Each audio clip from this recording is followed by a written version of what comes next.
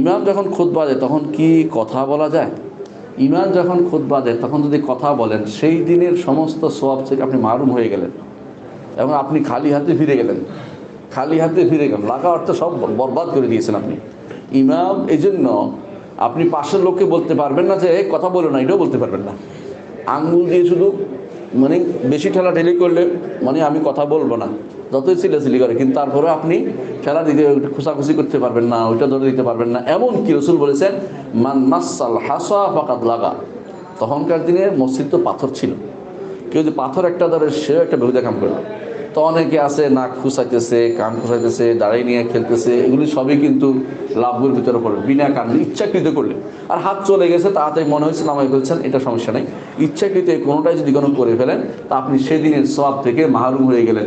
সওয়াব তো আছে তাই না, গুনাহ ক্ষমা হওয়ার যে বিশাল সওয়াব, সব মাহরুম হয়ে গেলেন। এই জন্য সব